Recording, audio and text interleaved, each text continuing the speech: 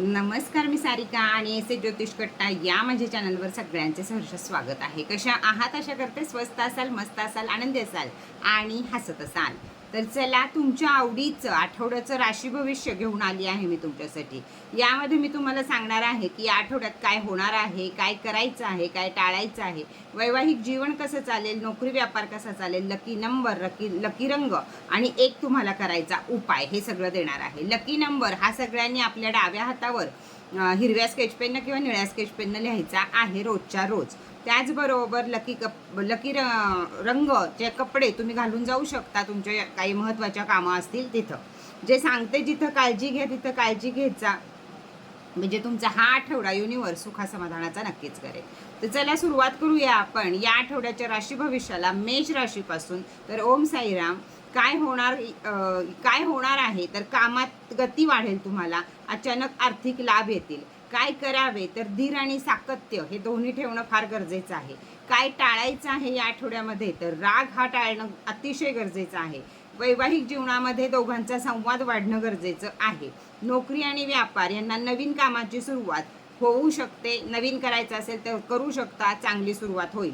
Lucky number आहे तुमचा 9, lucky रंग आहे तुमचा लाल आणि उपाय आहे तुम्हाला मंगळवारी हनुमानाच्या देवळामध्ये सिंदूर अर्पण करायचं आहे आणि चमेलीचं तेल अर्पण करायचं आहे. चला, ओम साईराम. पुढची रास आहे वृषभ रास. काय होणार आहे तर स्थिरता मिळेल पण खर्च वाढेल. काय करावे? नियोजन करावे खर्चाचं पण आणि वेळेचं पण. काय टाळायचं आहे?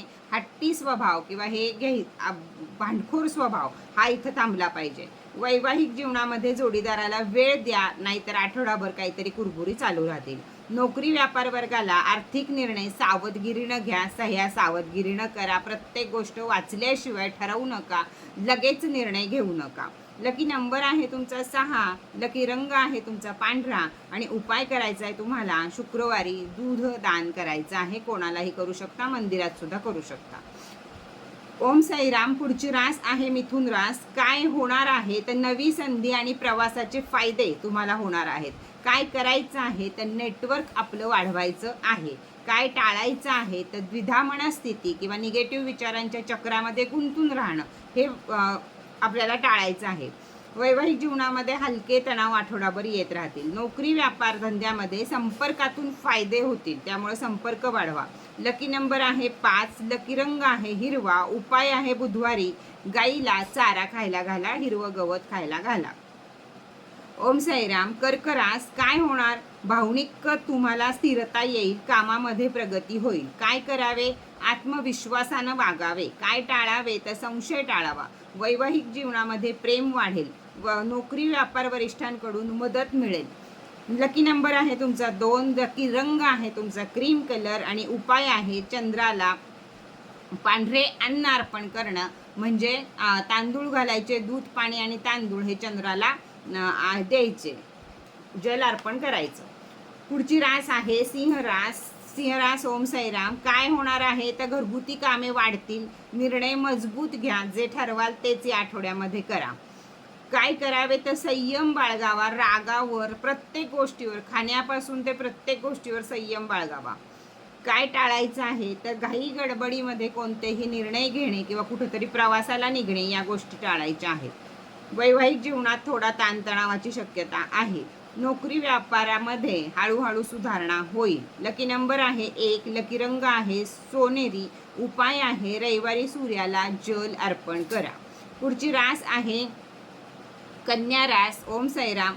काय होणार आहे? मानसिक ताणतणाव कमी होतील आणि कामातली गती वाढेल. काय करावे? आरोग्याची काळजी नक्कीच घ्यावी. काय टाळावे? अति परिश्रम करणं टाळावं. वैवाहिक जीवनामध्ये संवाद सुधारतील. नोकरी व्यापार वर्गाला कागदपत्रे सावधगिरीने बाळगणं गरजेचं आहे. चोरी, एखादी पर्स मारणं, पाकिट मारणं किंवा हे हरवणं या गोष्टी घडतील. लकी नंबर आहे तुमचा 7, लकी रंग आहे तुमचा पिवळा आणि उपाय आहे तुम्हाला गणपतीच्या देवळामध्ये दुर्वा अर्पण करायच्या आहेत. ओम साईराम. पुढची रास आहे तूळ. काय होणार आहे? आर्थिक स्थितीमध्ये सुधारणा या नक्कीच होणार आहेत. काय करायचं आहे? संतुलन ठेवायचं आहे. टाळायचं काय आहे तर उधळपट्टी टाळायची आहे. वैवाहिक जीवनामध्ये आनंदी आठवडा जाणार आहे. नोकरी व्यापार वर्गाला लाभदायक हा आठवडा आहे. लकी नंबर आहे तुमचा 6. लकी रंग आहे तुमचा गुलाबी. उपाय करायचा आहे तुम्हाला शुक्रवारच्या दिवशी अत्तर किंवा उदबत्तीचं दान कोणत्याही देवळामध्ये नेऊन देवीच्या करायचं आहे. ओम साईराम. पुढची रास आहे वृश्चिक. काय होणार आहे? महत्त्वाची कामे पूर्ण होतील. काय करायचं आहे? शांत राहायचं आहे, म्हणजे कामं सगळी पूर्ण होतील. काय टाळायचं आहे? वाद विवाद भांडणं टाळायची आहे. वैवाहिक जोडीदाराचे आरोग्य त्याकडे थोडीशी काळजी घेणं गरजेचं आहे. नोकरी व्यापारामध्ये स्थिरता असेल. लकी नंबर आहे तुमचा 8. लकी रंग आहे तुमचा काळा आणि शनिवारी तिळाचं दान करावं.